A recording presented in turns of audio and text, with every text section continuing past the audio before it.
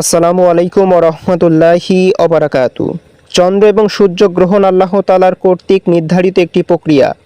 চাঁদ যখন পরিভ্রমণরত অবস্থায় কিছুক্ষণের জন্য পৃথিবী এবং সূর্যের মাঝখানে এসে পড়ে, তখন পৃথিবীর কোনো দর্শকের কাছে কিছু সময়ের জন্য সূর্য আংশিক বা সম্পূর্ণরূপে অদৃশ্য হয়ে যায়।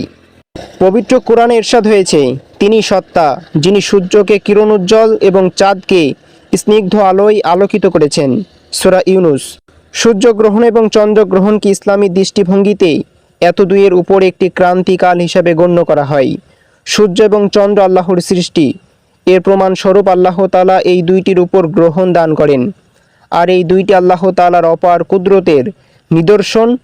হাদিস বিশারদ এবং ইসলামের গবেষকরা বলেছেন, সূর্যগ্রহণ এবং চন্দ্রগ্রহণ আল্লাহর পক্ষ থেকে সতর্কবাণী পৌঁছে দেয়। অন্যান্য সৃষ্টির মতো সূর্য চন্দ্র আল্লাহ তাআলার মাখলুক, এরা উপাসনার যোগ্য নয়। এই দুইটি যেহেতু নিজেরাই বিপদক্রান্তি হয়, তাই এগুলো উপাসনার যোগ্য হতে পারে না, বরং এই দুইটিকে দিয়ে মহান আল্লাহকে চেনার মাধ্যম, গ্রহণ করার বুদ্ধিমত্তার পরিচায়ক। আল্লাহ তাআলা বলেছেন, তার নিদর্শনগুলোর মধ্যে রয়েছে রাত, দিন, সূর্য এবং চন্দ্র। তোমরা সূর্যকে সেজদা করো না, আর চন্দ্রকেও না, আল্লাহকে সেজদা করো যিনি এগুলো সৃষ্টি করেছেন, যদি তোমরা নিষ্ঠার সঙ্গে শুধু তারই ইবাদত করে থাকো। জাহেলি যুগে মানুষের ধারণা ছিল, কোনো মহাপুরুষের জন্ম বা মৃত্যু বা দুর্যোগ দুর্ভিক্ষ প্রভৃতির বার্তা দিতে সূর্য বা চন্দ্র গ্রহণ হয়। ইসলাম এটাকে একটি ভ্রান্ত ধারণা আখ্যায়িত করেছে। গ্রহণকে সূর্য এবং চন্দ্রের উপর একটি বিশেষ ক্রান্তিকাল বা বিপদের সময় গণ্য করেছে। এ কারণে সূর্য বা গ্রহণের সময় মুমিনদের অন্যান্য কাজকর্ম বন্ধ রাখতে নির্দেশ দেওয়া হয়েছে। বলা হয়েছে তারা যেন এ সময় আল্লাহ তাআলার তাসবিহ এবং পবিত্রতা বর্ণনা করে, দোয়া, নামাজ, আমল ইত্যাদিতে ব্যস্ত থাকবে। মুগিরা ইবনে শুবা রাদিয়াল্লাহু তাআলা আনহু বলেন, রাসূলুল্লাহ সাল্লাল্লাহু আলাইহি ওয়াসাল্লামের পুত্র ইব্রাহিমের মৃত্যুর দিনটিতেই সূর্যগ্রহণ হয়। তখন আমরা সবাই বলাবলি করছিলাম যে নবীপুত্রের মৃত্যুর কারণেই এমনটা ঘটেছে।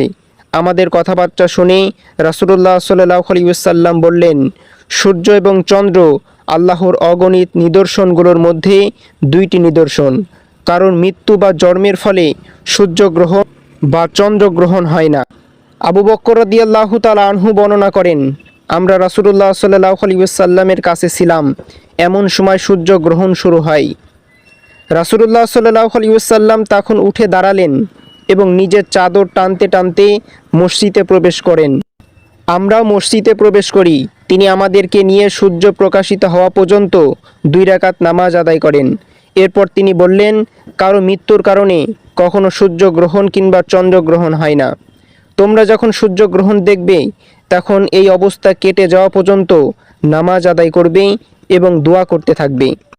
আবু মুসা রাদিয়াল্লাহু তাআলা আনহু বলেন, রাসূলুল্লাহ সাল্লাল্লাহু আলাইহি ওয়াসাল্লামের যুগে সূর্যগ্রহণ হয়েছিল।